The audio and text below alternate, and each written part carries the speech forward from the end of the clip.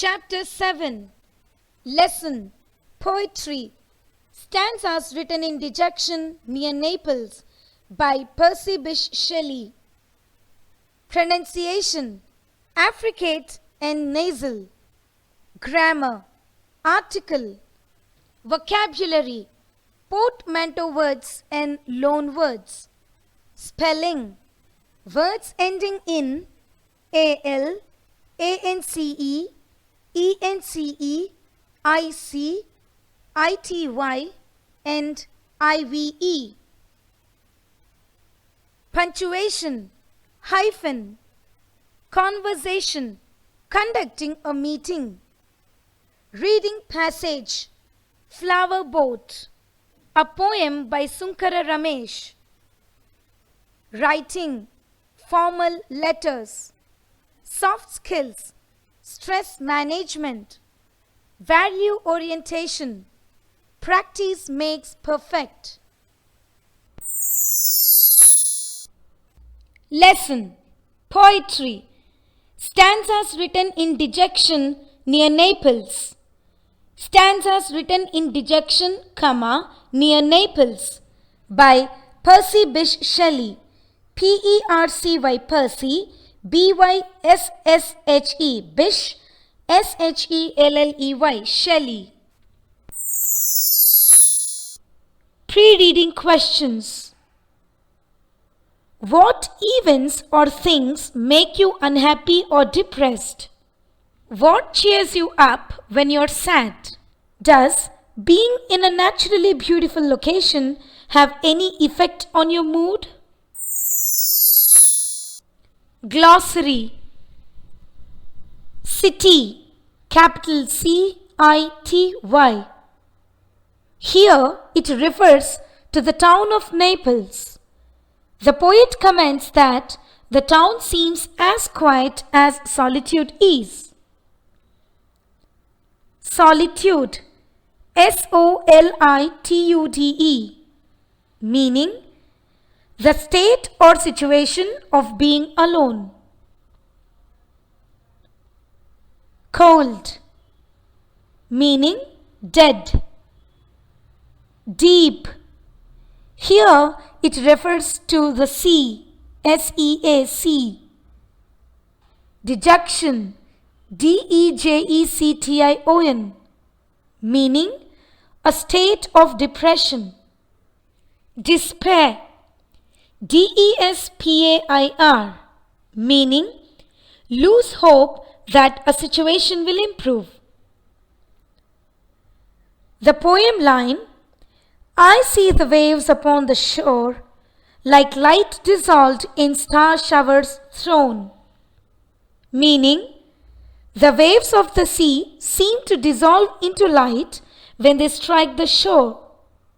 Lament, L-A-M-E-N-T, meaning to express sorrow or unhappiness about something.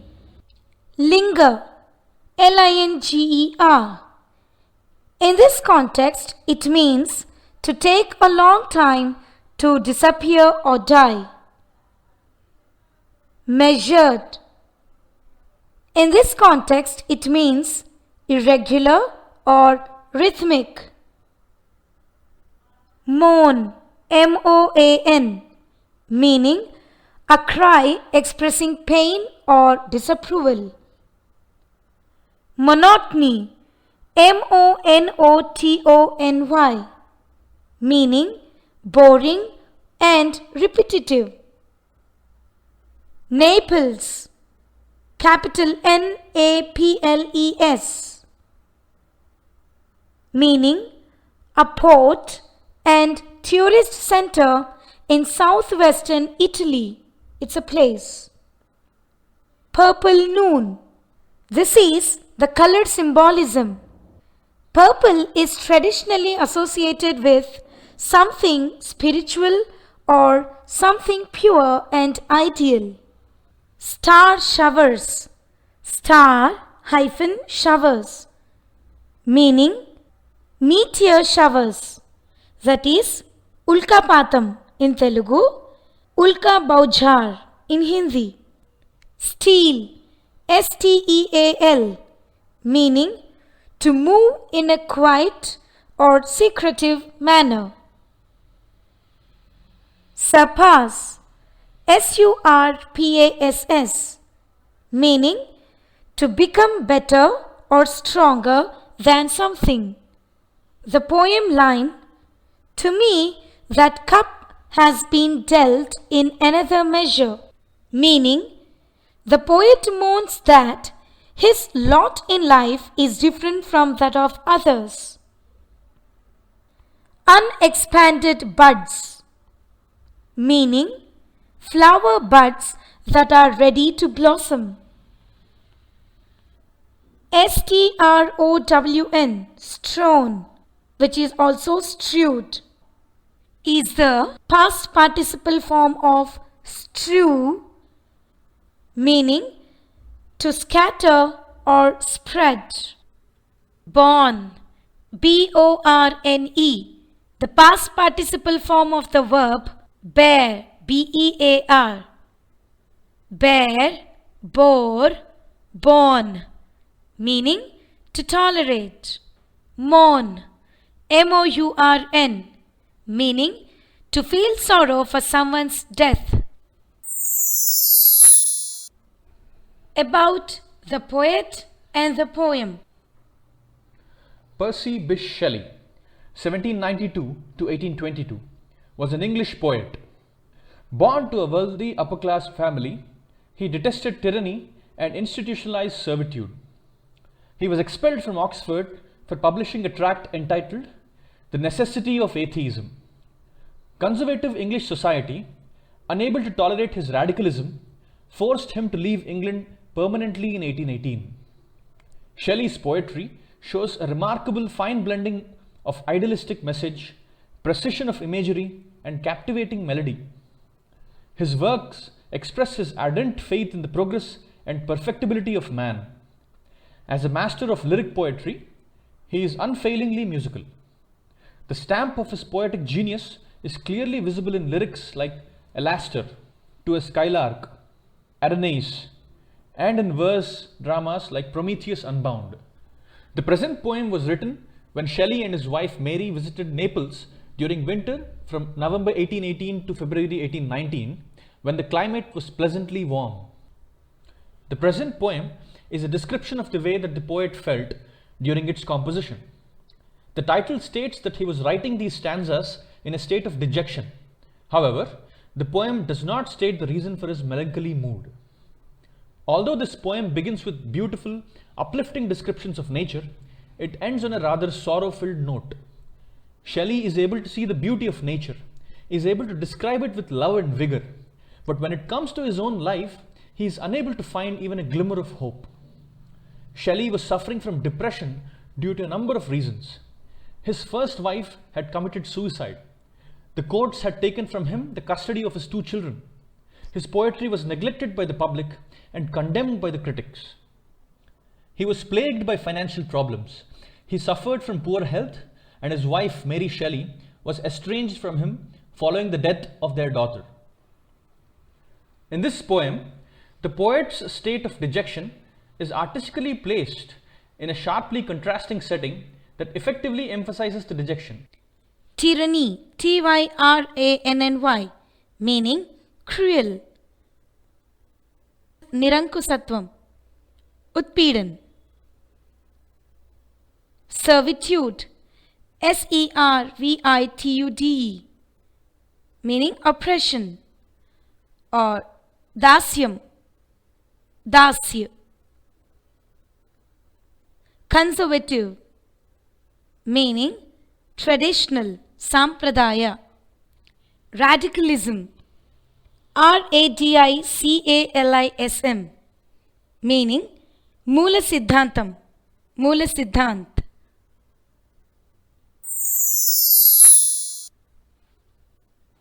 The poem. The sun is warm, the sky is clear, the waves are dancing fast and bright. Blue isles and snowy mountains wear the purple noon's transparent might. The breath of the moist earth is light, Around its unexpanded buds, like many a voice of one delight, the winds, the birds, the ocean's floods. The city's voice itself is soft like solitude's. Summary of the stanza. The day is warm, the sky is clear, the waves sparkle. Blue islands and snow-topped mountains look purple in the midday light. Buds are ready to blossom. The sounds of the winds, the birds, the waves, and of the town Naples itself blend in pleasant harmony. The poet says that the town of Naples seems as quiet as the solitude is. Solitude ante ఒంటరితనం, అకేలాపన్. Stanza 2. I see the deep's untrampled flow with green and purple seaweeds strewn.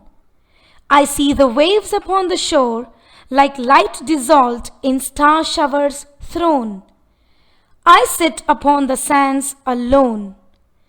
The lightning of the noonside ocean is flashing round me, and a tone arises from its measured motion.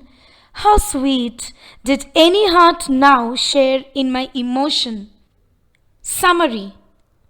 Shelley sees the seaweeds scattered on the ocean bottom and watches the waves dissolve into light as they strike the shore.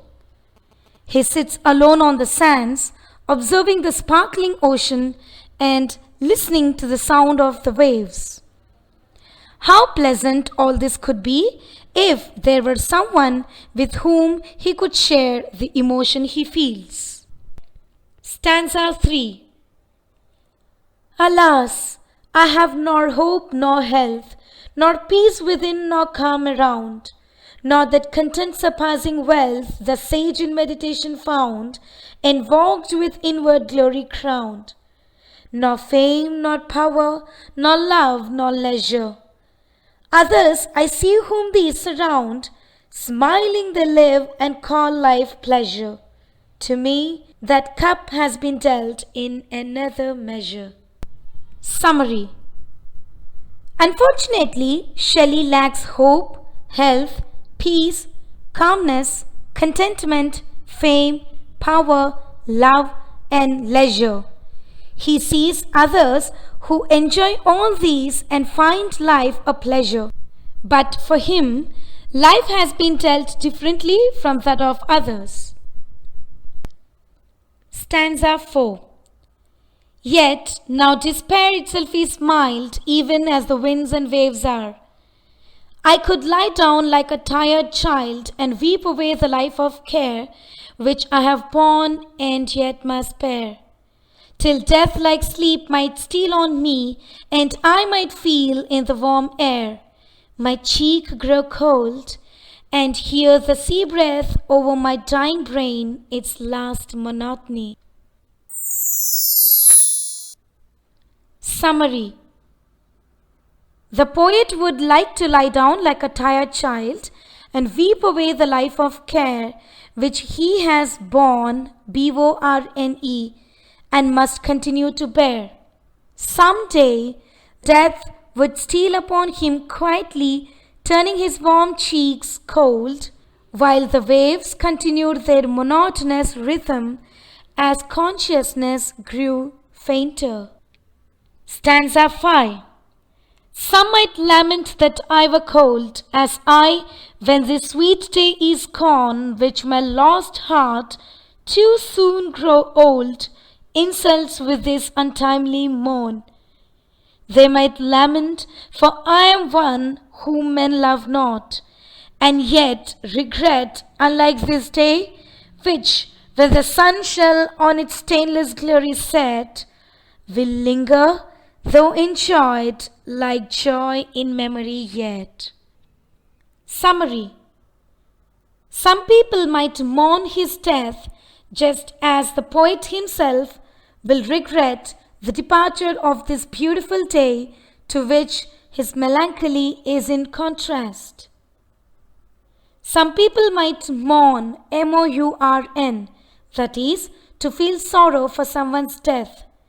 People might feel sorrow for the poet's death, and the poet himself would feel sorrow for the departure of this beautiful day in the town of Naples.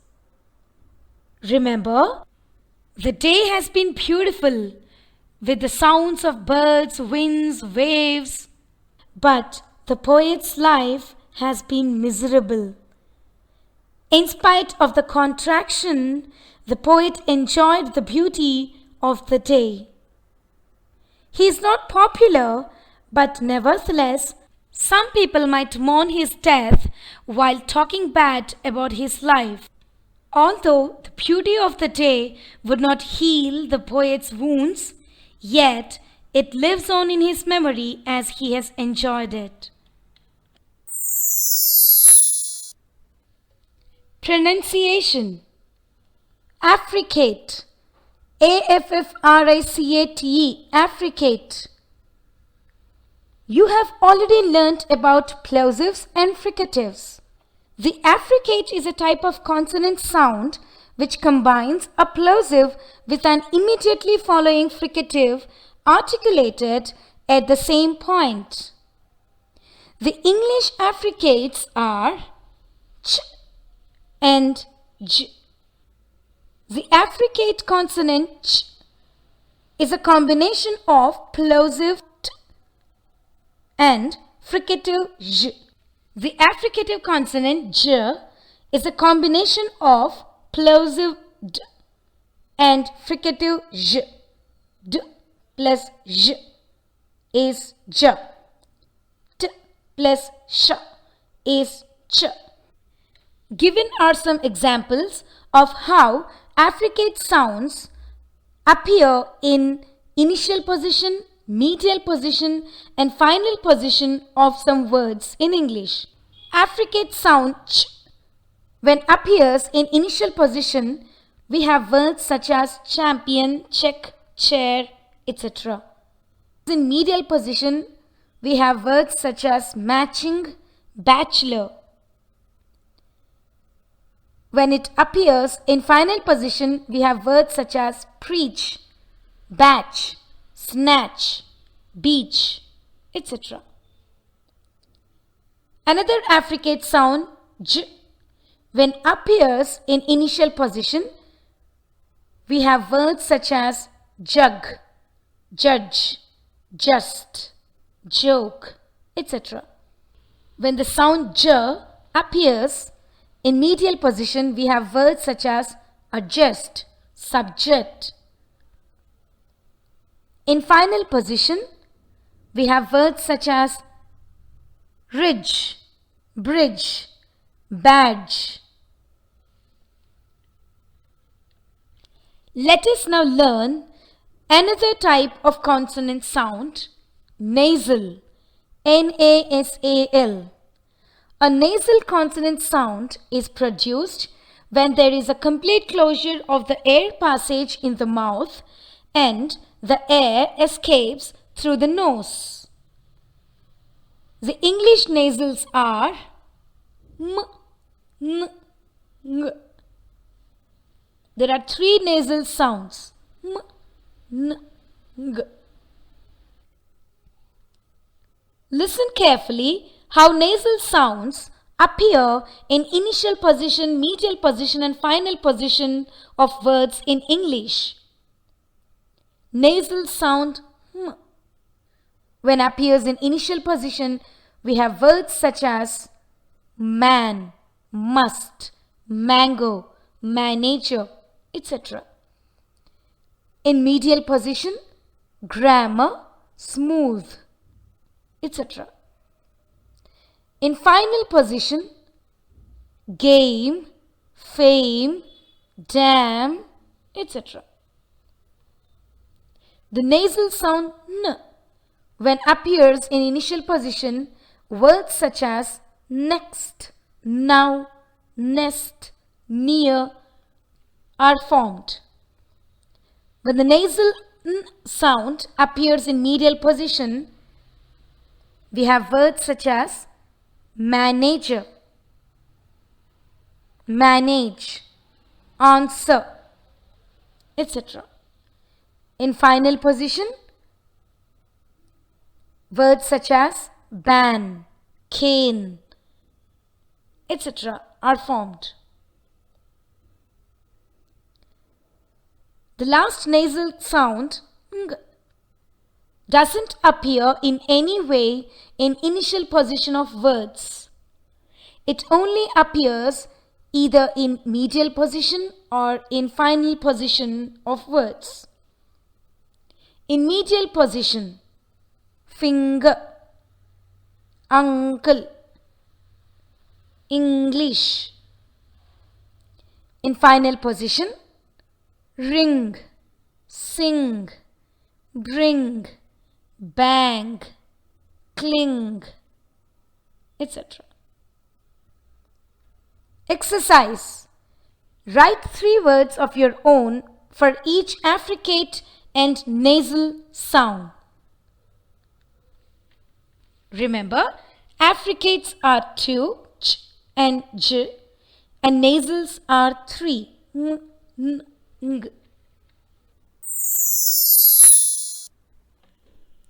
Grammar. Article. Articles are used before nouns to define their use in the context of the sentence. There are 2 kinds of articles. 1. Indefinite articles. A, an. 2. Definite articles. The. The definite article the is pronounced as the before a consonant sound, whereas it is pronounced as the before a vowel sound. For example, the sun, but the earth. Let us now learn how indefinite articles are used. 1. Article A is used before singular countable nouns which begin with consonant sounds. For example, a teacher, a door, a book, a ball, a cat, a chair, etc. 2. Article A is used before words such as European, European, or university, university, where the initial vowel is pronounced like a consonant. Remember, it is the sound and not the spelling which is important. Students, the word European begins with the letter E, which is a vowel, right? But how does it sound? It is sounding as Y, European.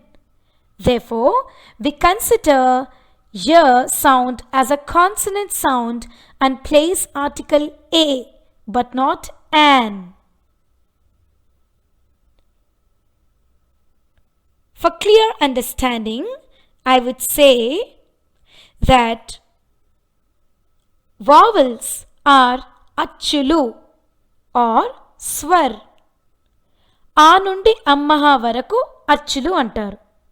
Kada? A se aha tak swar hai. These achulu or swar in English are called vowels. A, I, u, ru, e, I, o, au, aha. A, I, u, ru, e, I, o, au, aha. These are vowels in English. In English, the 5 vowels are A, E, I, O, U. Whereas consonants are hallulu, vyanjan. Ka nundi bandira varaku hallulu. Ka se nya tak Vyanjan. These are consonants in English. So, in the word European, the vowel letter E is pronounced as Y. Y annade hallula sound. Kada? Y Vyanjan ka hai. Y, R, L, V. So, we consider it as a consonant sound and place the article A, but not an, because an comes before vowel sounds. In the same way, the word university. University, U ana vowel aksharanta modalaindi. Kani, dani sound matram yara lava, university. Hallula sound. Kada? So, isiliye we use A European, a university, but not an European or an university. Another example. She has dash 1 rupee coin. Would you choose a 1 rupee coin or an 1 rupee coin? Alright, let me explain. O-N-E, one. The word one is beginning with the vowel letter O. But go with the pronunciation. How is it pronounced? Achula sound unda andulo? One. Svar ka sound hai kya? Nahi. It is sounding as Vyanjan, Hallulu. V, Yara, La, V. V is a consonant sound. So we need to use article A before the word one. She has a 1 rupee coin, but not an 1 rupee coin. But in the case of orange, O-R-A-N-G-E, orange, the letter O is pronounced as the vowel O. Pavan Kalyan's O, right? So, in that case we say an orange, O annade vowel, hallulu, Vyanjan sound. Have you understood, students? Oh, great. Solve this one.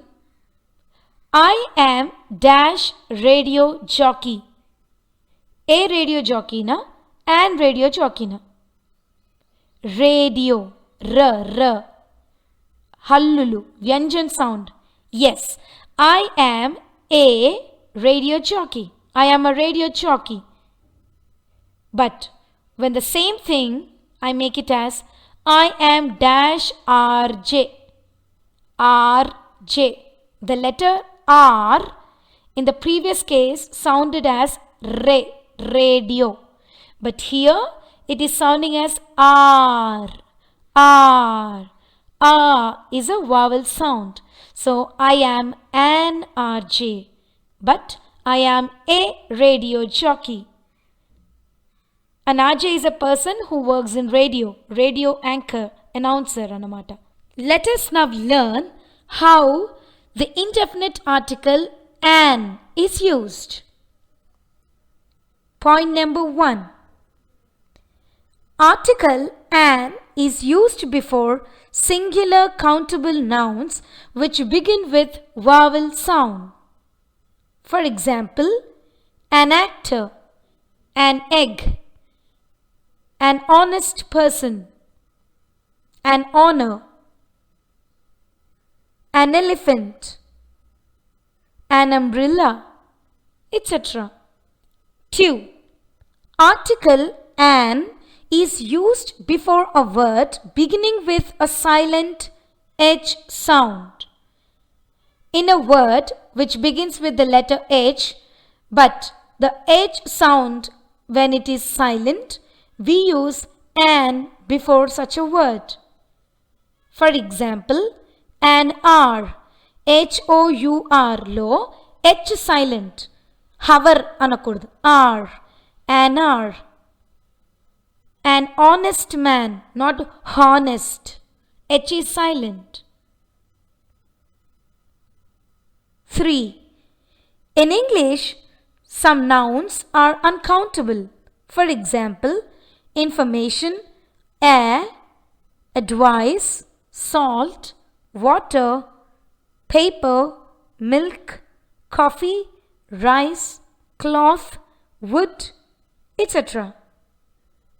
Do not use articles a or an before these uncountable nouns. For example, I drink coffee every morning. This is right. It is wrong to say I drink a coffee or an coffee every morning. No, this is wrong. But if you want to quantify, you may say I drink a glass of coffee, a cup of coffee, a mug of coffee every morning. This is right. But directly I drink coffee, I drink water is wrong. Example 2. I also have bread and butter. But not, I also have a bread and a butter. No, because bread and butter are uncountable nouns. If you want to quantify, then you may have to use articles there by saying, I also have a loaf of bread and a scoop of butter. Or a knob of butter, K-N-O-B. In short, the two indefinite articles a and an are used instead of the numeral 1. Instead of saying I have one pen, one apple, one coin, one umbrella, you may say I have a pen, an apple, a coin, an umbrella. The indefinite articles a and an are used to refer to something for the first time in a narration. For example, once upon a time there lived a rabbit. Here, why are we saying a rabbit but not the rabbit? Because you are introducing the noun for the first time. Later, from the second sentence, you would talk about the same rabbit, and so you may use the definite article the. Once upon a time there lived a rabbit in a jungle.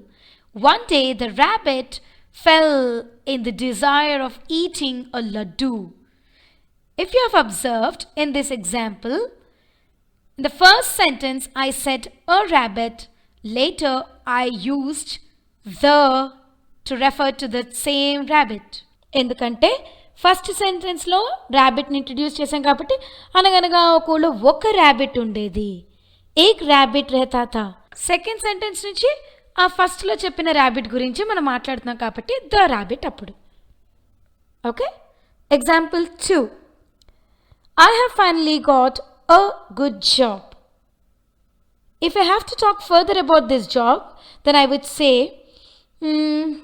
I have finally got a good job. The job is to teach Telugu to foreign students. The indefinite articles a and an are used with names of jobs. For example, John is a doctor. I am a teacher. He wants to be a chartered accountant. Next point. We use indefinite articles a and an with nationalities and religions in the singular form. For example, I am an Indian. Kate is a Catholic. Rahman is a Muslim. Next point. We use the indefinite articles a and an with the names of days of the week when not referring to any particular day. For example, I was born on a Thursday, T capital. Could I come over on a Saturday sometime? S capital, Saturday. Next point. We use a or an to refer to an example of something. For example, the mouse had a tiny nose. The elephant had a long trunk. It was a very strange car. Next point. A and an are used with singular nouns after the words what and such. For example, what a shame! Exclamatory mark. She is such a beautiful girl. What a lovely day. Now, let us learn how the definite article the is used. Remember to pronounce the as the before a consonant sound, but the before a vowel sound. Also remember that the is a fricative sound. We do not say the in English, it's always the. Point number 1. The is used when talking about something which is already known to the listener or which has been previously mentioned or introduced or discussed. For example, I have a pen. The pen is blue. In this example, for the first time when we introduce the pen, we say a pen. Na daggara oka pen undi. I have a pen. In the next sentence, you are talking particularly about the pen mentioned in the first sentence. Example 2.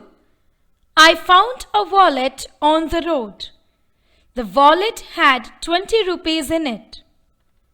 In the first sentence, you are introducing the noun wallet. So you said a wallet.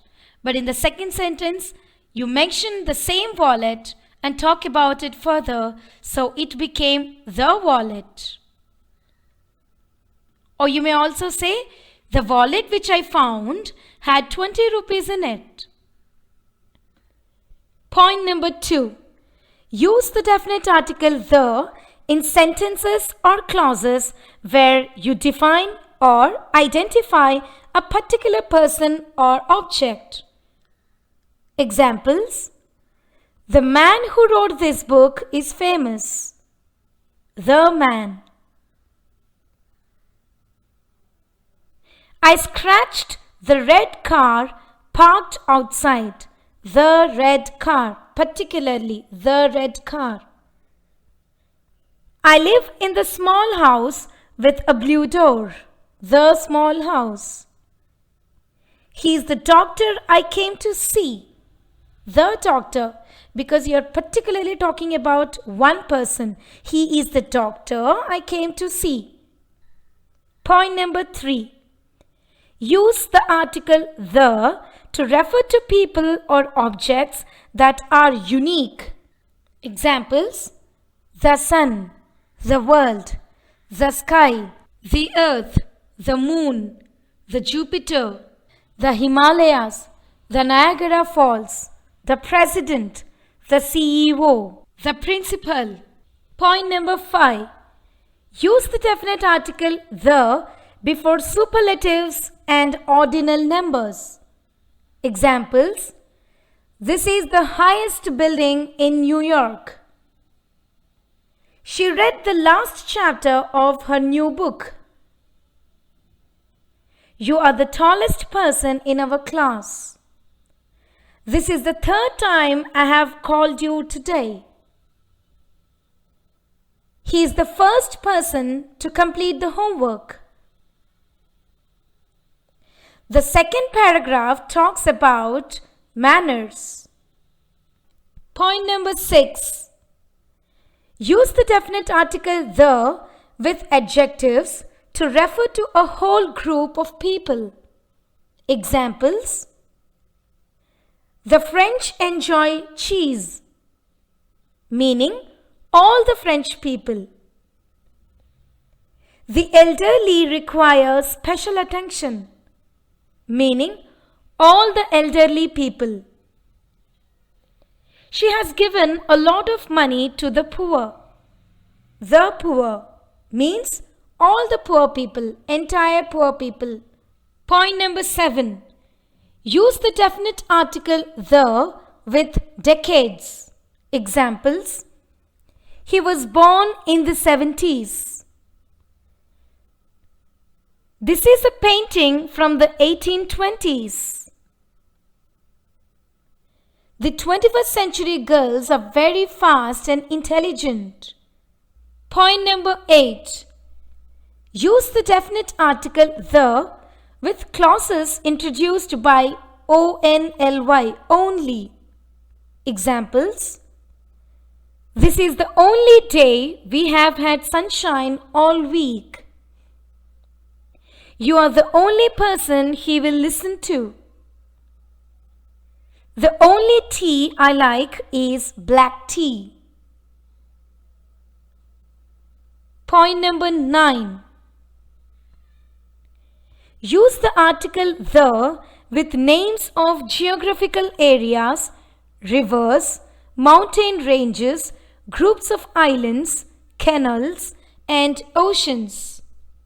Examples: the Aravalli Ranges, the Deccan Plateau, the Atlantic Ocean, the Nile, the Himalayas, the Godavari, the Indian Ocean, the Netherlands,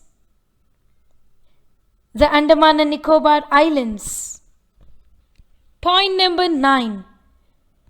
Use the definite article the with countries that have plural names and with countries that include the words republic, kingdom, or states in their names.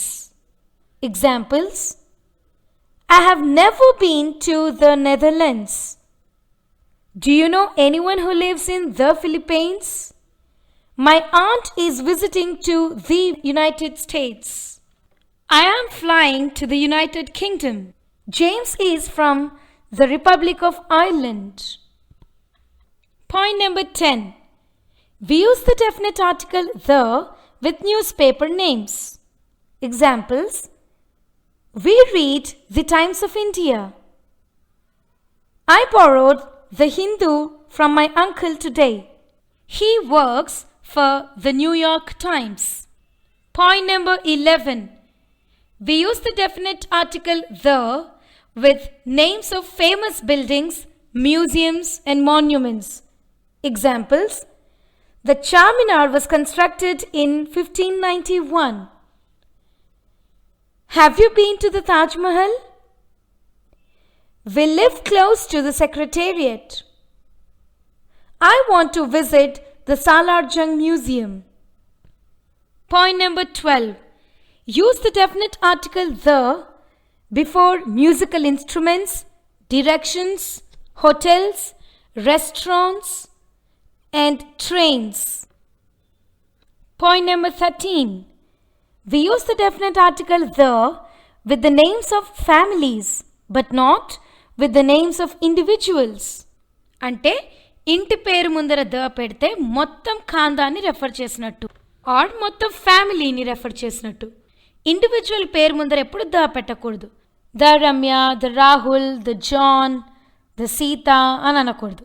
But when I say the Raos are coming to the wedding, I mean the entire family of Ravs. Mottam Rao family. Mr. Rao, Mrs. Rao, their children, sometimes their parents, everyone will be included. Point number 14. The definite article the is used before proper nouns, that is, names of people, for the sake of comparison particularly. Examples: Kalidasa was regarded as the Shakespeare of India. Individual ga the Shakespeare anakodu because Shakespeare is a person, it's the name of a person.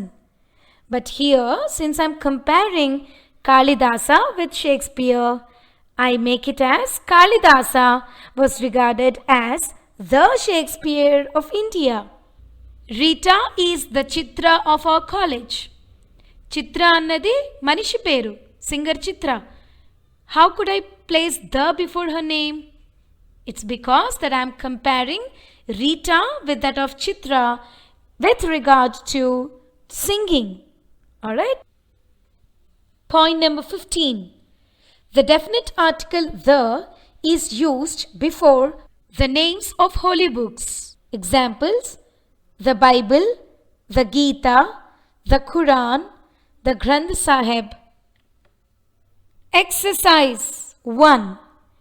Fill in the blanks with indefinite articles where necessary. 1. She doesn't own dash car. The answer is A. She doesn't own a car.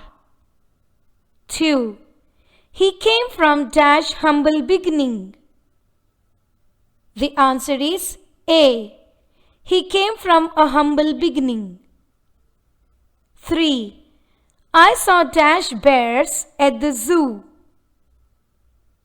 This sentence doesn't require an indefinite article because indefinite articles a or an are used before single countable nouns. Here we have plural nouns, bears. If it is one, we would have told, I saw a bear at the zoo. Since here we have bears, we cannot use a or an. I saw a bears, I have an bears. No, wrong. So it is simply, I saw bears at the zoo. 4. He asked for dash milk. Remember, milk is an uncountable noun. We do not use a or an before uncountable nouns. So it is simply, he asked for milk. That's it. 5. She did not get dash invitation. The answer is an. She did not get an invitation. In, a vowel sound. 6. I saw dash eagle fly by. The answer is an. I saw an eagle fly by. 7. She was dash English teacher. She taught at dash European University. The answer is an English teacher and a European university. She was an English teacher. She taught at a European university. It's not an European, it's a European. Je. And when it comes to an English, English. 8. He bought dash milk, comma, dash butter, comma, and dash loaf of bread.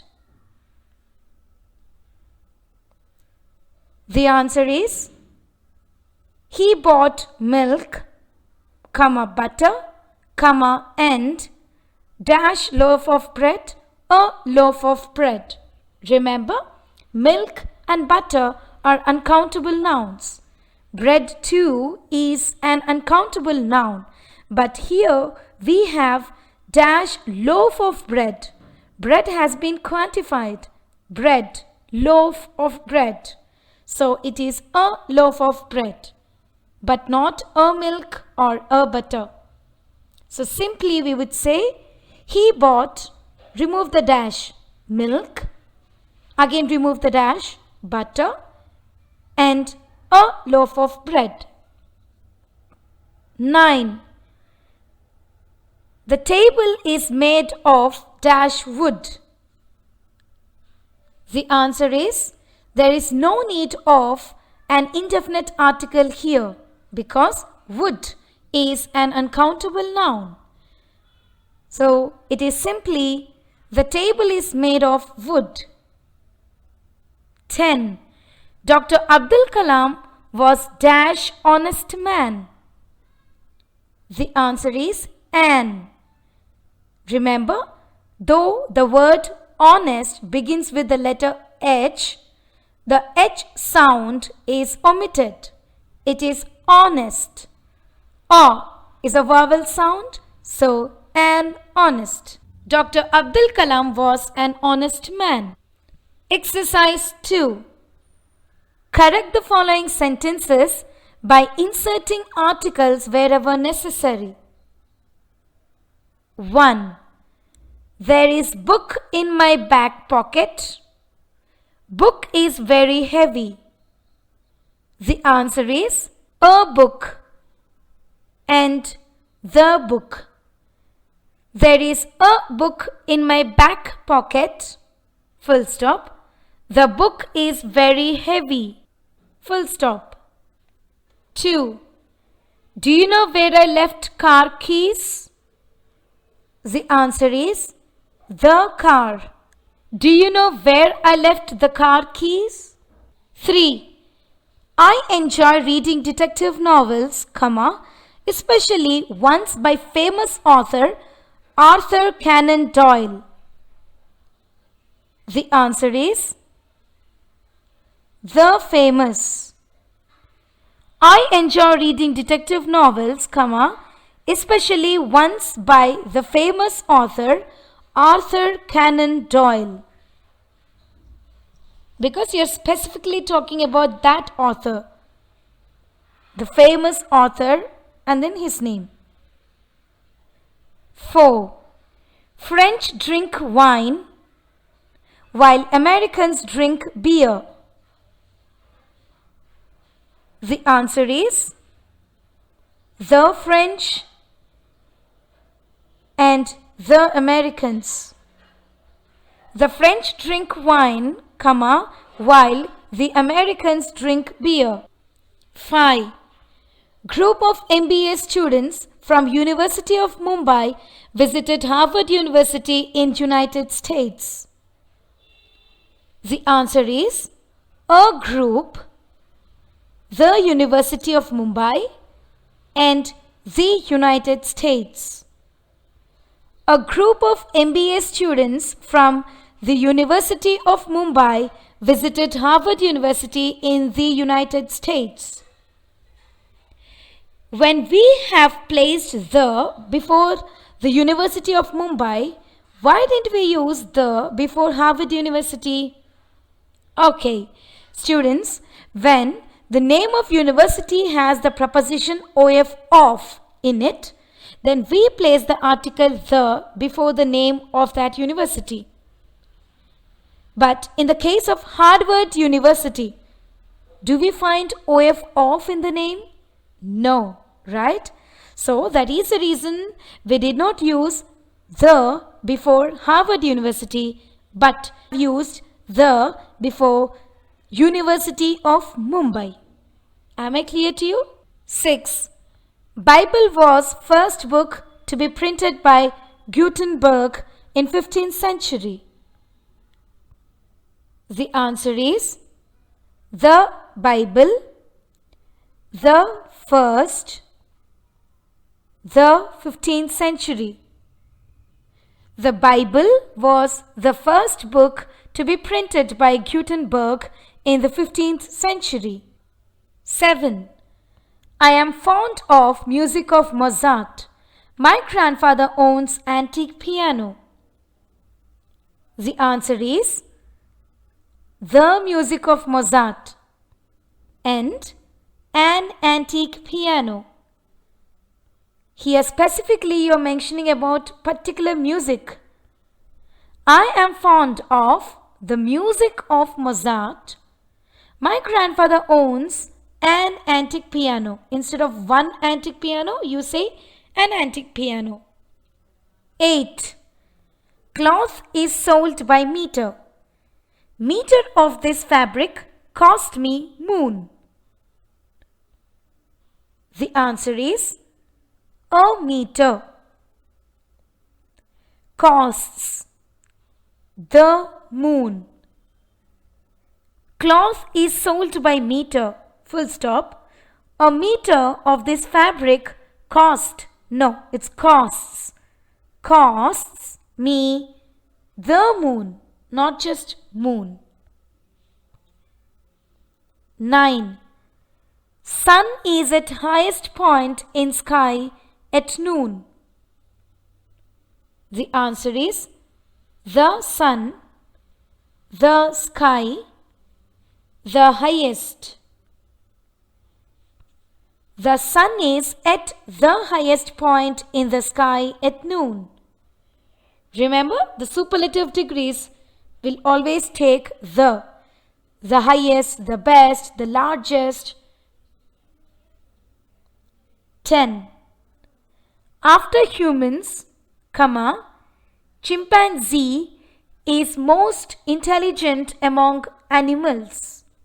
The answer is the most intelligent. After human beings, comma, chimpanzee is the most intelligent among animals. Full stop. Remember, the superlative degrees of adjectives take the article the most intelligent. Vocabulary. Portmanteau words and loan words.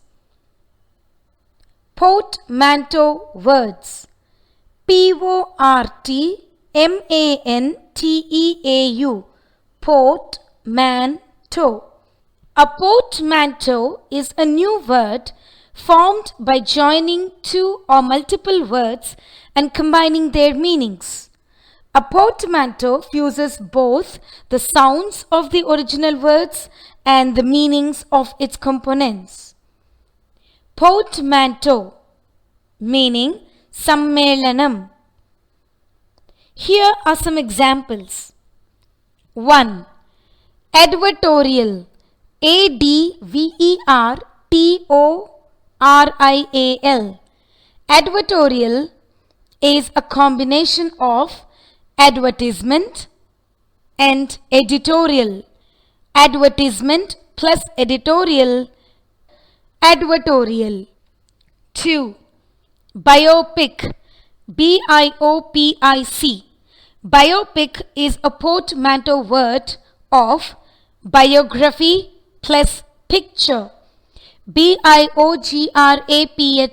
Biography plus PICTURE. Picture. 3. Blog. BLOG. Blog is a portmanteau word of web plus log. WEB. Web plus LOG. Log. 4. Edutainment. EDUTAINMENT. Edutainment is a portmanteau word of education plus entertainment. 5. Emoticon. EMOTICON.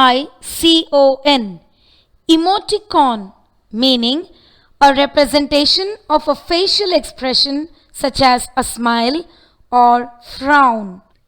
Emoticon is a portmanteau word of emotion plus icon. EMOTION. Emotion. ICON. Icon. 6. Internet. INTERNET. Internet is a portmanteau word of international plus network. INTERNATIONAL. International plus NETWORK. Network. 7. Motel. MOTEL. Motel is a combination of motor plus hotel. MOTOR. Motor plus HOTEL. Hotel. 8. Multiplex. MULTIPLEX is a new word which has been formed by joining the two words multiple plus complex. MULTIPLE. Multiple plus COMPLEX. Complex. 9. Malware. MALWARE. Malware is a portmanteau word of malicious plus software. MALICIOUS. Malicious, meaning poisonous, plus software. SOFTWARE. 10. Pixel. PIXEL. Pixel is a portmanteau word of picture plus element. Picture, picture plus element, element. 11. Rom-com, romcom. Rom-com is a portmanteau word of romantic plus comedy. romantic, romantic, and comedy, comedy. 12. Smog, smog. Smog is a new word formed by joining smoke and fog. smoke, smoke plus fog, fog. Listen to some more interesting portmanteau words. Breakfast plus lunch is equal to brunch, brunch. Bombay plus Hollywood together became a new word, Bollywood, bollywwood. Fantastic plus fabulous together formed a new word, which is fantabulous, fantabulous. Information and entertainment together is infotainment, infotainment. Interestingly, portmanteau words can be names, proper nouns too. To exemplify from Bollywood, Varun Dhawan, Varun plus Alia has got a new word, Varya. Shahid plus Meera became Misha. Karina plus Saif, Saifina. Loan words, loanwords. A loan word is a word taken from a foreign language with little or no change in the spelling or meaning. The English language has many loan words borrowed from other languages such as Hindi, Telugu, Sanskrit, Arabic, French, Italian, German, Spanish, etc. Here are some examples. 1. Avatar, avatar, is a word borrowed from Sanskrit language. Avatar means manifestation or personification. 2. Guru, Guru. Guru has been borrowed into English from Hindi language. Guru means a spiritual teacher or recognized leader. 3. Cafe, cafe. The word cafe has been borrowed from French. Cafe means a small restaurant selling drinks and snacks. 4.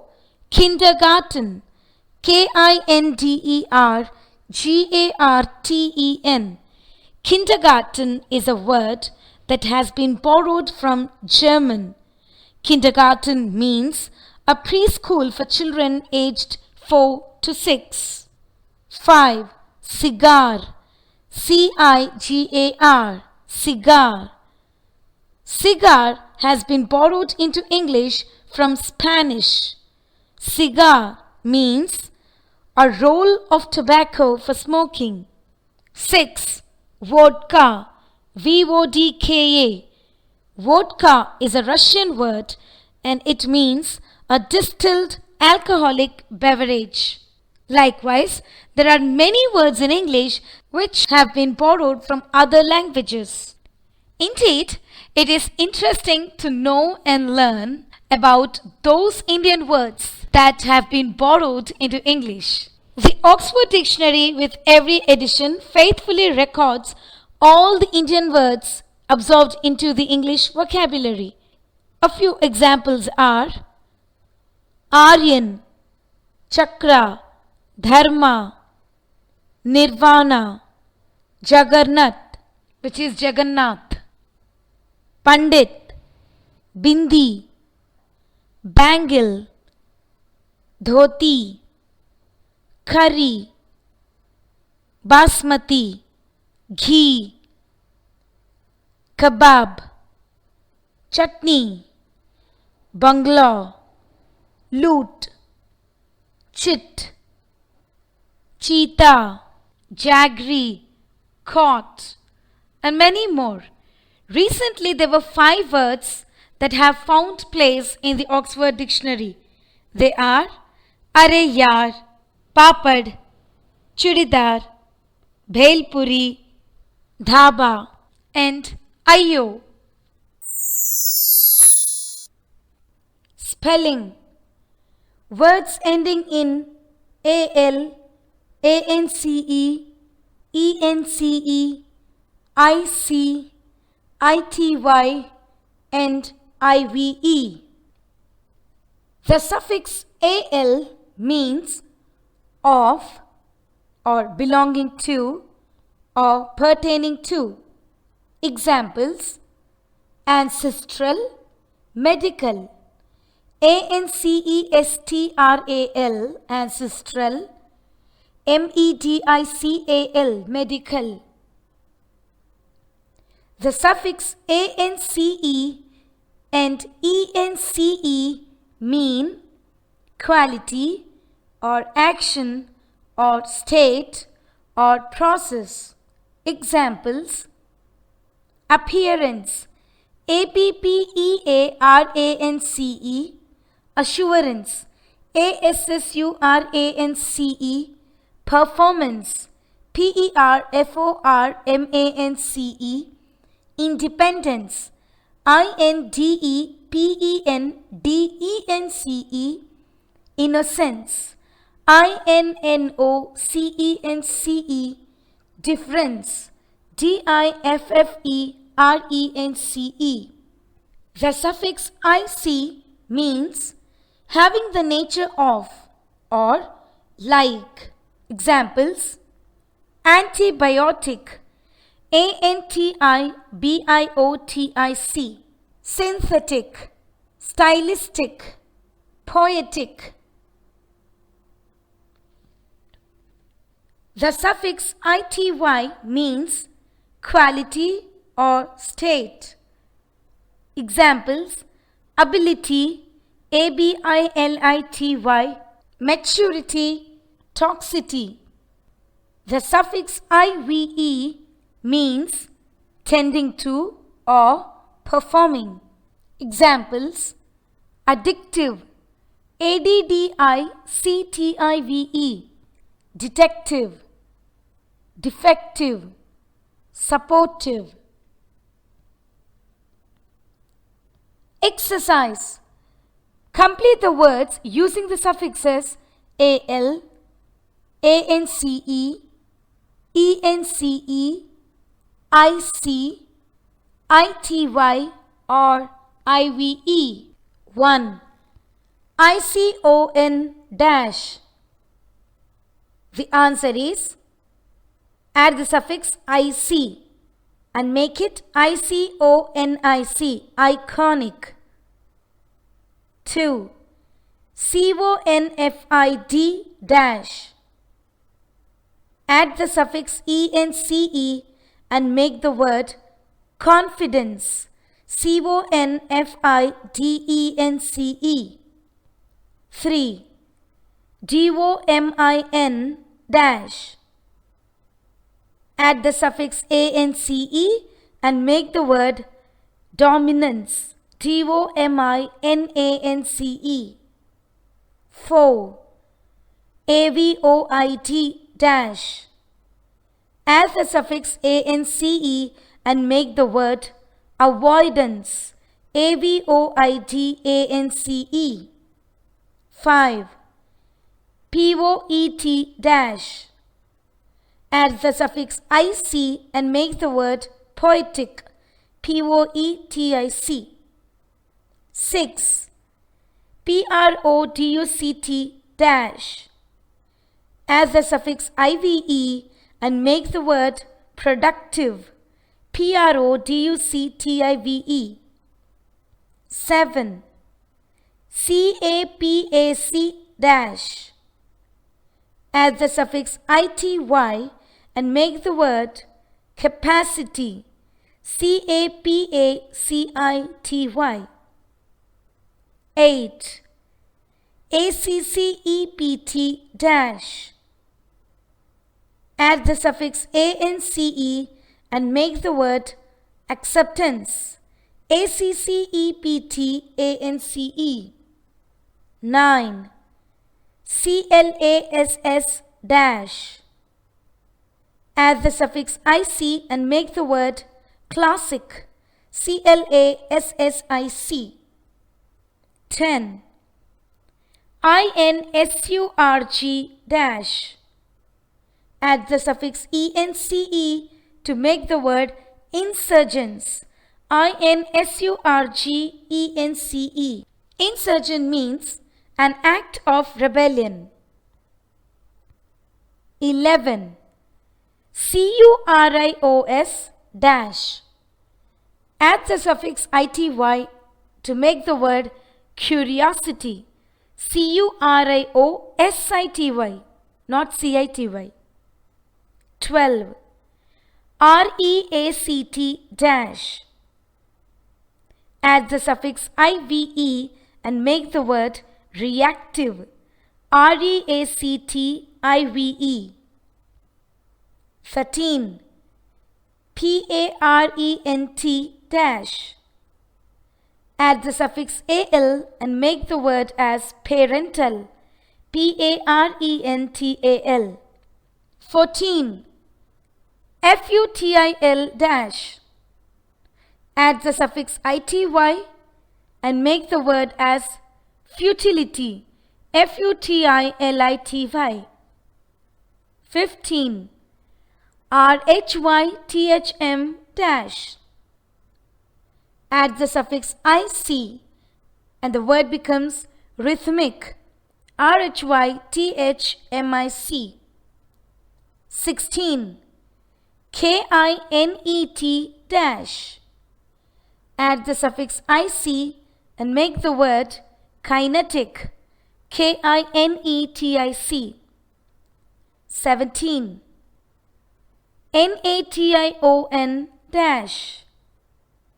Add the suffix al and make the word national. national. 18. vindict dash.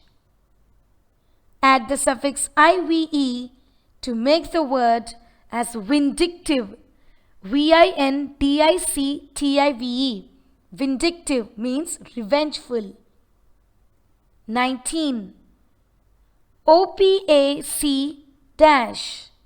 Add the suffix ity to make the word opacity. opacity. Opacity means lack of clarity. 20. ambul dash. Add the suffix ance and make the word as ambulance. ambulance. Punctuation. Hyphen. hyphen. A hyphen is used, point number 1, to combine compound adjectives. For example, he is a well-known writer. Here, well-known is a compound adjective. So, we put hyphen between the words well and known. He is a well-known writer. Full stop. I have a 2-year-old child. I have a TW2-year-old child. The day-to-day expenses are more. The day-to-day expenses are more. The state of being of the art is deteriorating. The state of the art is deteriorating. Point number 2. A hyphen is used to indicate numbers, fractions, measurements when written out. Example: 1 inch long nail. 1 inch hyphen long nail. 2 kilometer walk. 2 hyphen kilometer walk. I went to a 2 kilometer walk. I went to a 2 hyphen kilometer walk. He is 35. He is 30 hyphen 5. Give me 1/3 of it. Give me 1 hyphen 3rd of it. Point number 3. A hyphen is used to separate certain prefixes from root words. Examples: Trans-American. Usually, we do not add hyphens between prefix and the root word, yet there are always exceptions. Trans-American is one such an exception. Trans hyphen A capital American. Ex-colleague. Ex hyphen colleague. He is in his mid-40s. He is in his mid-40s. Re-elect. Re-elect. Point number 4. We use a hyphen to remove ambiguity, ante doubt, confusion. Example: little used boat. Point number 4. A hyphen is used to remove ambiguity. That means doubt or confusion. Example: I saw a man eating shark. అంటే నేను ఒక shark తినే వ్యక్తిని చూశాను. I saw a man eating shark. కానీ ఇక్కడ నా ఉద్దేశము మనుషుల్నే తినేసే షార్క్ని చూశాను. In such case, the sentence should be written as I saw a man hyphen eating shark. Man eating are the two words that describe the fish shark. ఎలాంటి shark? Man eating shark. మనుషుల్ని తినేసే shark. So man hyphen eating. It's a compound adjective. If you remove that hyphen, what happens to the sentence? I saw a man eating shark. So in order to remove ambiguity in a sentence, we use hyphens between two words. Another example: I have a little used boat. A little used boat. అంటే a little కొంచెమే. ఏంటి? Use చేసిన boat కొంచెమే ఉంది. Is that possible, students? Use करे सो boat मेरे पास थोड़ा है. How funny. So that is not the case. So we should write this sentence as I have a little hyphen used boat. कैसा बोट है आपके पास? थोड़ा ही यूज करे सो बोट है. ఎలాంటి బోట్ ఉంది? ఆ బోటుని ఎక్కువ వాడలేదంట, కొంచెమే వాడిన boat. I have a little hyphen used boat. Compound adjective. If you remove that hyphen, ambiguity would arrive. ఎలా అవుతుంది? I have a little used boat. Use చేసిన బోటు కొంచెం ఉంది నా దగ్గర అని వస్తుంది. Be careful. Note: do not use a hyphen between an adverb ending in ly and a verb ending in ed. Examples: finely turned. In the previous case, well trussed, we said well hyphen trussed. He is a well-known person, well hyphen known. But in the case, the first word is an adverb ending in ly and the next word is a verb ending in ed, then do not use a hyphen between the two words. It is just finely turned, but not finely hyphen turned. Poorly received. Poorly received. That's it. But not poorly hyphen received. Smartly dressed. But not smartly hyphen dressed. Point number 2. Never use a hyphen after the word very, V-E-R-Y. Example: she is very well dressed. That's it, full stop. Do not make it as she is very well hyphen dressed, full stop. No, this is wrong. But in the case, he is a well-known writer, then we used he is a well hyphen known writer. But if the sentence has the word very, then do not hyphenate the following words. It is just she is very well dressed. Point number 3. Beware of mistakenly using hyphens in phrases that are not compound adjectives. Example: he was a well-known writer.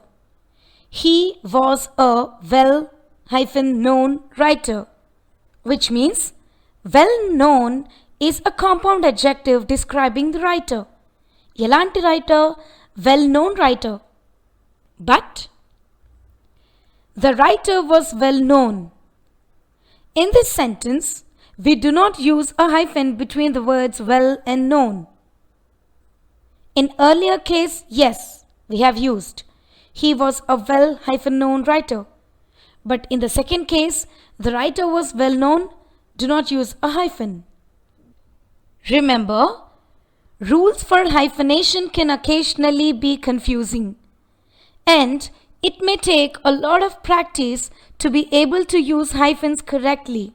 When in doubt, always refer to a good learner's dictionary. Exercise. Punctuate the sentences by using whatever necessary capitals and punctuation marks you have learned so far. 1. Sushil Kumar, my maths teacher, is an absent-minded person. The day before yesterday, he walked into the biology class and started teaching algebra. After adding the necessary punctuation marks, this sentence can be written as S capital Sushil, K capital Kumar, comma, my M capital mathematics teacher, comma, is an absent-minded person, full stop. T capital, the day before yesterday, comma, he walked into the B capital biology class and started teaching A capital algebra, full stop. So, it is Sushil Kumar, my maths teacher, is an absent-minded person. The day before yesterday, he walked into the biology class and started teaching algebra. 2. Sandhya Subramaniam was not only a world-famous Bharat-Natyam dancer, but also a leading Carnatic music vocalist. After adding the necessary punctuation marks, this sentence can be written as S capital Sandhya, B capital Balasubramaniam was not only a world-famous B capital Bharatanatyam, it's one word, not Bharat-Natyam, B capital Bharatanatyam dancer, but also a leading C capital Carnatic music vocalist, full stop. 3. Hanif Abbas a Kenyan-born runner of Indian origin, won the 100-meter bronze at the London Olympics.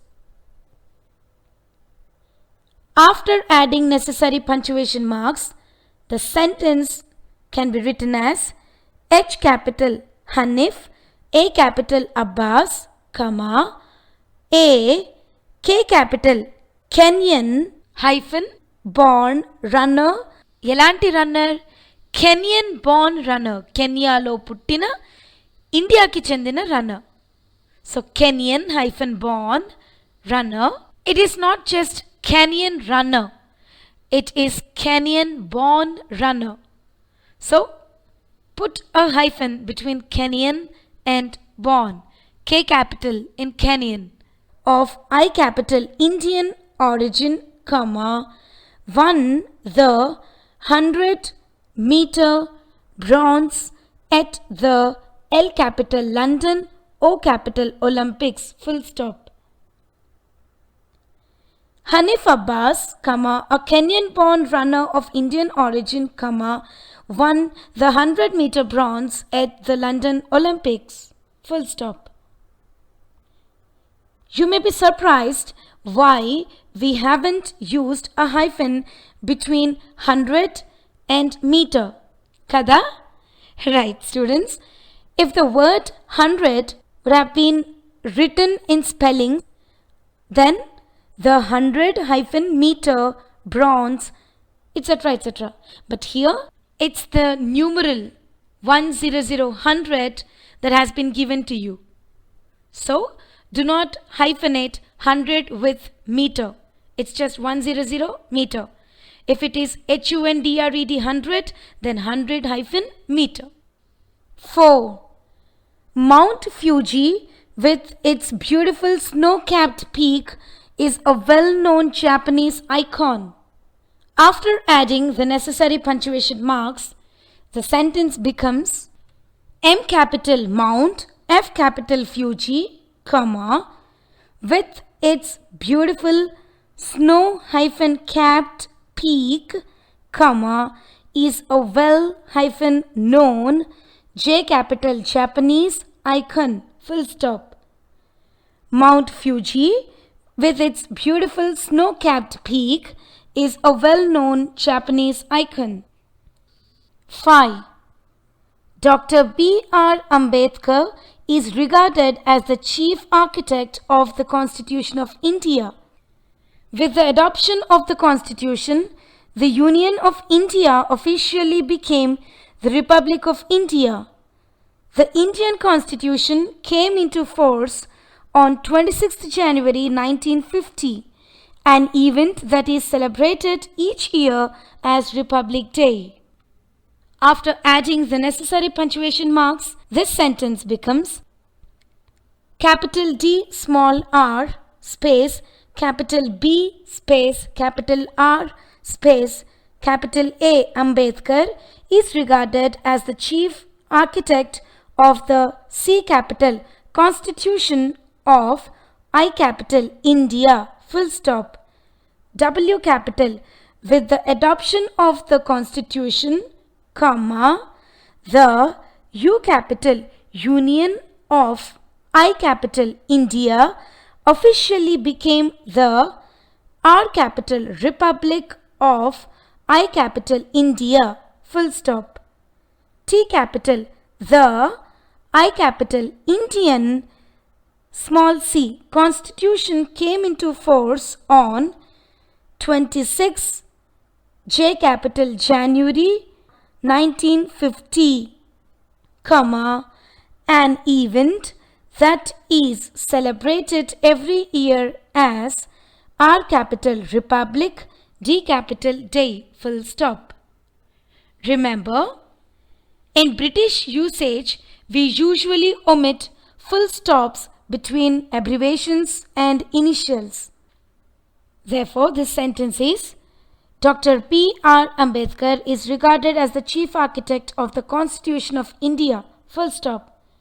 With the adoption of the Constitution, comma, the Union of India officially became the Republic of India, full stop.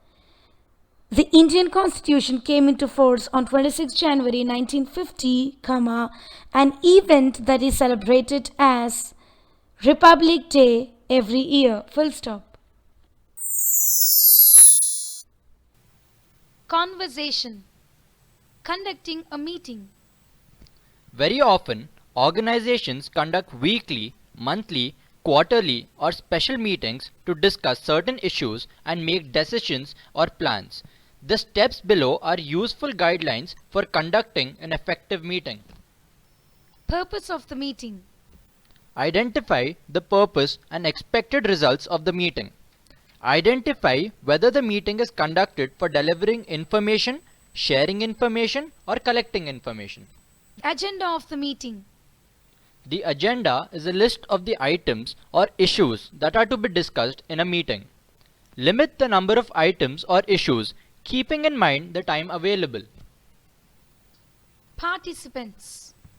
Identify and invite only those participants necessary for the meeting. Make sure that every participant has something to contribute with regard to the agenda of the meeting. Preparation. Decide the date, venue, and time of the meeting. Communicate the agenda to the participants at least 24 hours prior to the meeting. Meeting principles. Request all participants to turn their mobiles off or to keep them in silent or vibrate mode. Disallow any sort of electronic communication during the meeting. Respect the opinion of each participant. Encourage openness among participants. Ask questions to clarify doubts during discussions. Meeting facilitator. Designate a skilled facilitator who is aware of the meeting principles and the agenda. This person will ensure that the meeting is conducted in a smooth manner. Rotate facilitators regularly during scheduled meetings. Time. Designate a timekeeper who works with the meeting facilitator to restrict discussions to the time limit. Start and end every section of the meeting on time. Check the time periodically to see whether you are following the time limit scheduled for each item. Allow flexibility in the schedule when the occasion demands. Conducting the meeting. Open the meeting by announcing the ground rules and the agenda. Cover one item or issue at a time. Invite and encourage everyone to participate and contribute his or her ideas. Do not stray from the planned agenda. Summarize the discussion and recommendations at the end of each planned session. Minutes. The minutes of the meeting are a written account of what transpired at a meeting. Designate a member to write the minutes of the meeting while discussions go on. Make detailed minutes since this record is important for further follow-up on key issues. Highlight key points for each item and identify the items that are to be discussed in future meetings. Concluding a meeting. Review the items or issues discussed at the meeting and the resolutions taken. Decide time frames for taking action with those who are responsible for the execution of action plans. Announce the agenda, time, and venue for the next meeting. Thank the attendees for their participation. Evaluation. Ask each participant to evaluate the meeting, either in writing or by using the open discussion approach. Pose questions such as, what can we do better next time?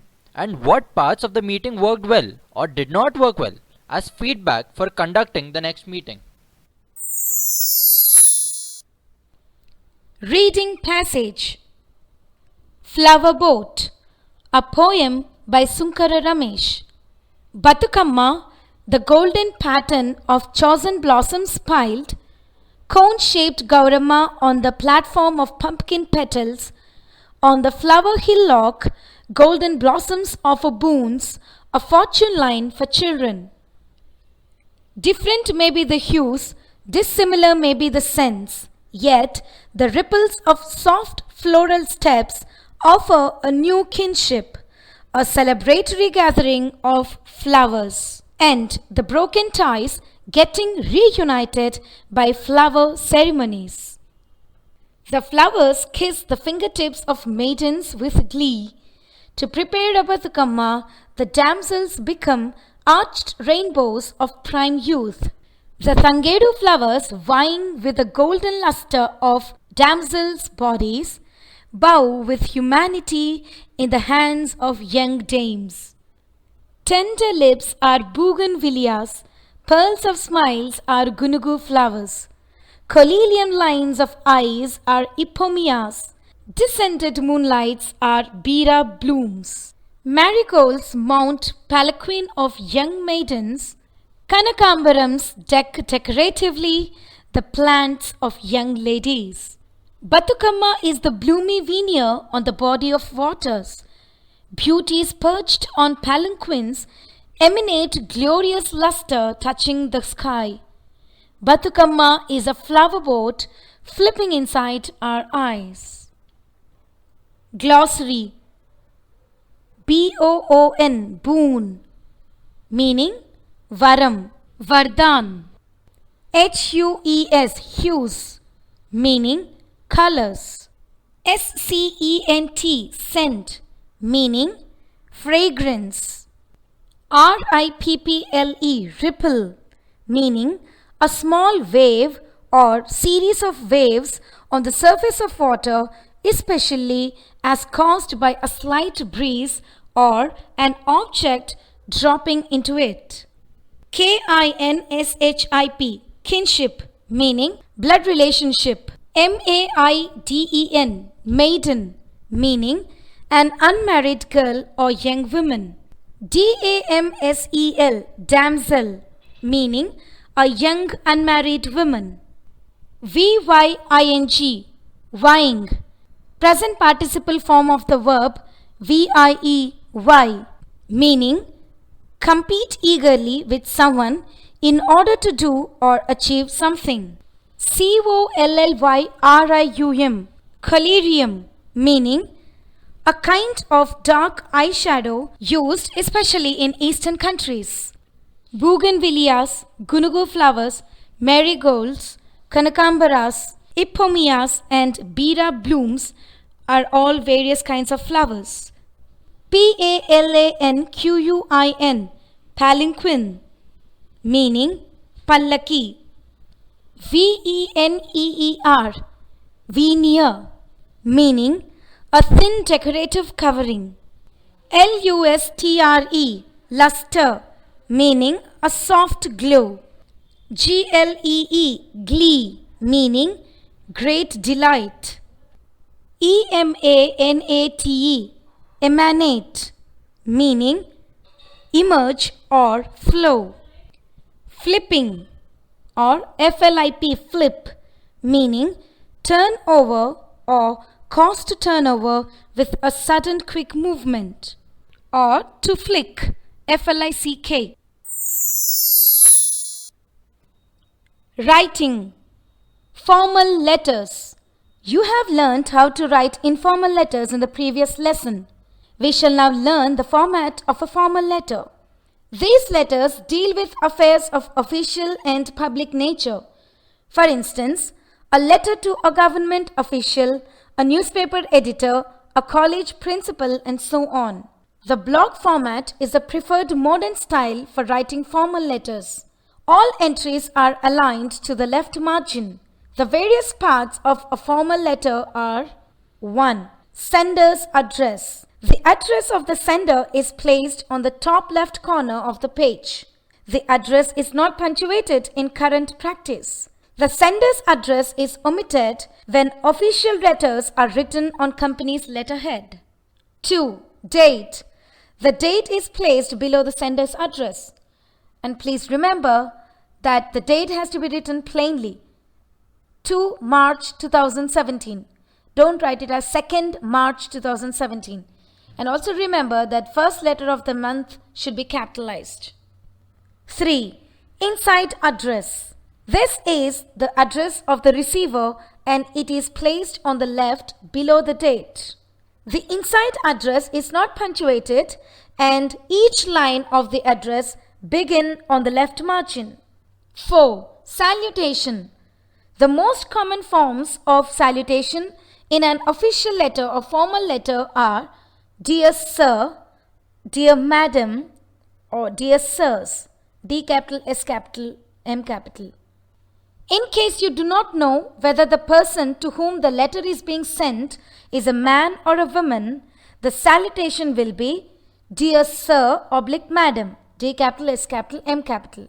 If you know the name of the person you are writing to, then you can address the person by his or her name accompanied by a title. For example, Dear Miss Uma, D capital, M capital, U capital, or Dear Dr. Krishna, D capital, D capital, K capital. 5. Subject. This part is a feature of all kinds of official letters. It is a brief statement of what the letter is all about, and it is placed below the salutation. 6. Body.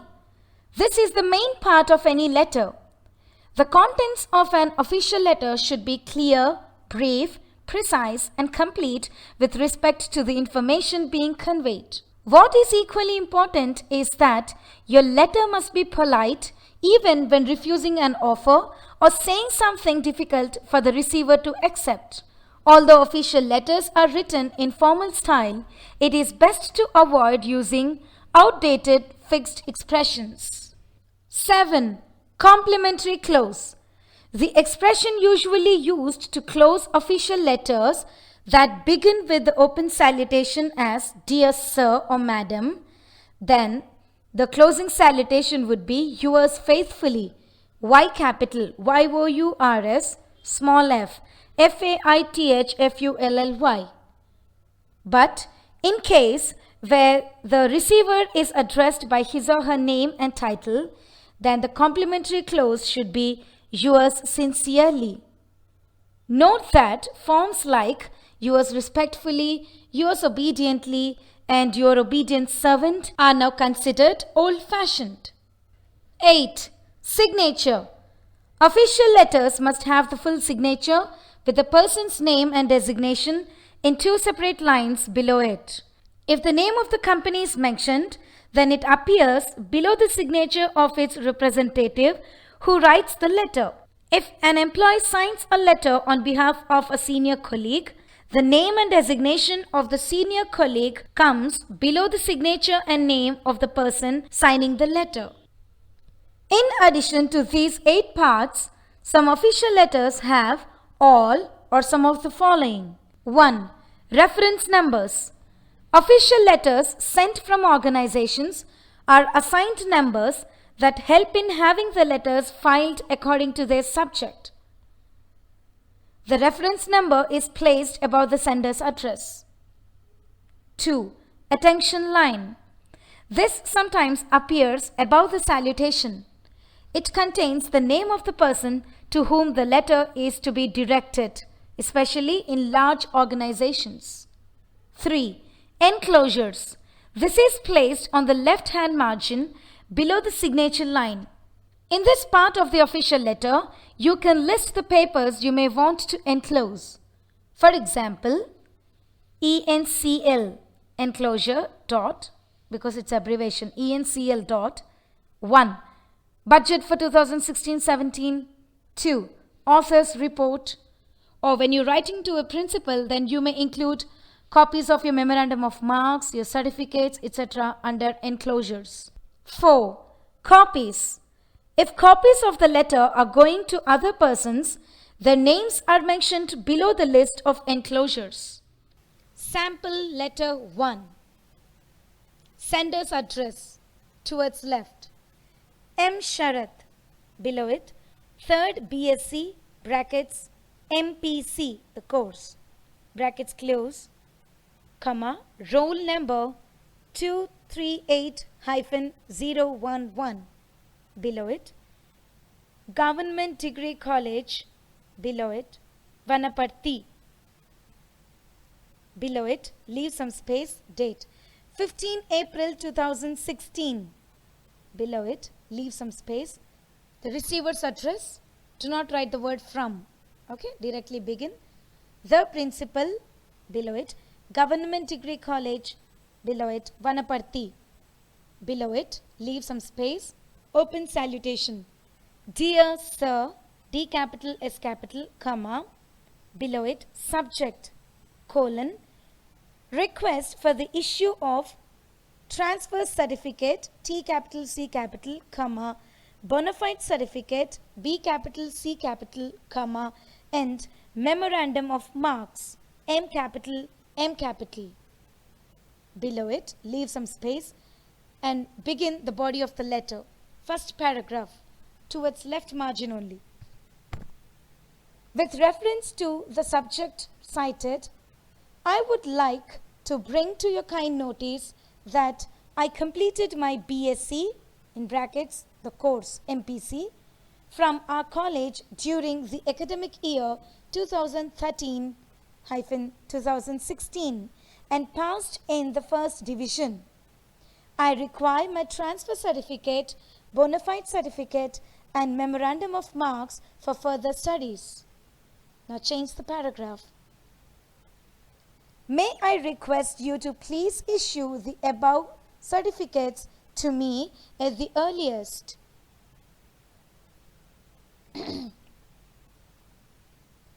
Now change the paragraph. May I request you to please issue the above certificates to me at the earliest. I enclosed the necessary challans and no due certificates for your reference. Below it, leave some space. T capital, thank you, full stop. Below it, leave some space, closing salutation. Yours faithfully, comma. Below it, the signature. Below it, the name, M. Sharath. Sample letter 2. A letter to the Inspector of Police, I capital, P capital, comma, R capital, Railways. 129 Nethi Apartments, below it Kasturiba Nagar, below it Varangal 506009, below it leave some space, 15 October 2016, below it leave some space, the Inspector of Police, below it Varangal Railway Station, below it Varangal 506009, leave some space. Below it, open salutation, Dear Sir, D capital S capital, comma, below it subject, colon, request to trace missing laptop. Below it, leave some space, the body of the letter. On the night of 14 October 2016, I was travelling from Secunderabad to Varangal by the Charminar Superfast Express with a lot of luggage in coach 54, seat 16. The train departed at 7 p.m. from Secunderabad station. There was a huge crowd of passengers due to the Sankranti festival. I reached Varangal station by 9 p.m. Now change the paragraph. To my shock, I found my laptop missing when I checked my luggage. It might have been taken by fellow travelers in the train, as I am certain I did not misplace it. Change the paragraph. I therefore request you to take necessary action to trace my laptop. Please treat this as a formal complaint. I hope you will be good enough to make inquiries into the missing laptop. Change the paragraph. Thank you very much for your help. Now below it, leave some space, closing salutation. Yours faithfully, comma, below it signature and below it the name, Pallavi M. Exercise 1. Write a letter to the GHMC corporator of your locality complaining about the delay in garbage collection. 2. Write a letter to the editor of a local newspaper suggesting that news items of national and global significance should be given greater importance than celebrity gossip and news of a sensational nature. 3. Write a letter giving positive feedback to the coordinator of a personality development course you attended. Soft skills. Stress management. Stress is the overwhelming feeling you get when you're under a lot of mental or emotional pressure because of work responsibilities, studies, financial worries, or any of life's other demands. Since stress affects your hormones and body chemistry, it can make you anxious, irritable, angry, depressed, low in self-confidence, lethargic, or drained of energy or sleepy. These are but a few symptoms it can trigger, and so learning to manage stress is a necessary element of our lives. There is no predictable pattern to stress. For some, giving a presentation to a group of co-workers can be stressful, while for others, tight deadlines can be source of tremendous worry. This is why it is important you try to recognize and avoid your stress triggers. If you are not sure what causes your stress, perhaps the best way to identify the trigger would be through mindfulness and a journal, writing down information about stressful events to work out what triggered your stress. You can use that information to develop a better coping mechanism. Things you might want to write down in your journal could include the following. Point 1. What you were doing at the time of the stressful event. Point 2. How you felt mentally and physically. Point 3. What you were thinking. Point 4. What was going on around you. Point 5. Where it took place. Point 6. A stress rating from 0 to 10 to determine how stressed you felt. Sadly, there is no quick fix for stress, nor does one single method work for everyone. Again, you will have to determine what helps you manage your stress best. Listen to some of the common practices that can potentially reduce your tension. Point 1. Exercising. It can be easy to worry endlessly about a problem. Sometimes going for a run or playing a sport with your friends clears your mind and helps relieve stress. Any kind of manageable physical activity will help you relax. Point 2.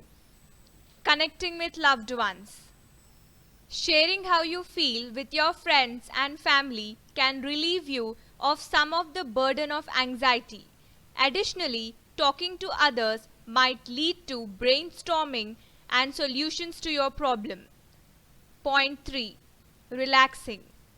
Taking time off from work to socialize or indulge in a hobby can make a huge difference in your mental well-being. Getting a solid 8 hours of sleep will recharge the body and the mind. Point 4. Meditation. Breathing exercises like pranayama or meditation have been known to help. Point 5. Avoid unhealthy habits. Many people use alcohol or smoking to cope, but in the long run, these habits will only hurt you as they will not make your problems disappear and will further deteriorate your health. Point 6. Find help. Talking about your problems is considered to be a key way to tackling stress. Talk to your general physician if you fear that stress is overwhelming your life, as they will be able to put you in touch with experts who are familiar with stress and capable of reducing your tension. Practice makes perfect is a popular expression that emphasizes the importance of doing something again and again until you're capable of completing the task in the best manner possible. If you learn from your mistakes, you will steadily improve. A violinist does not learn to play the instrument after one lesson, but keeps at it, working hard and practicing daily until they master the art. Even then, in order to maintain their fluency, they must practice. The same holds true for sports people as well. Tendulkar became the little master only through perseverance, practicing in the nets day in and day out for many years. Practice makes perfect is applicable in the world of academics as well. Merit holders in board examinations achieve such high marks by studying and revising every day so that they have a thorough understanding of the subject. Only through regular practice can you become perfect or proficient in something. End of chapter 7.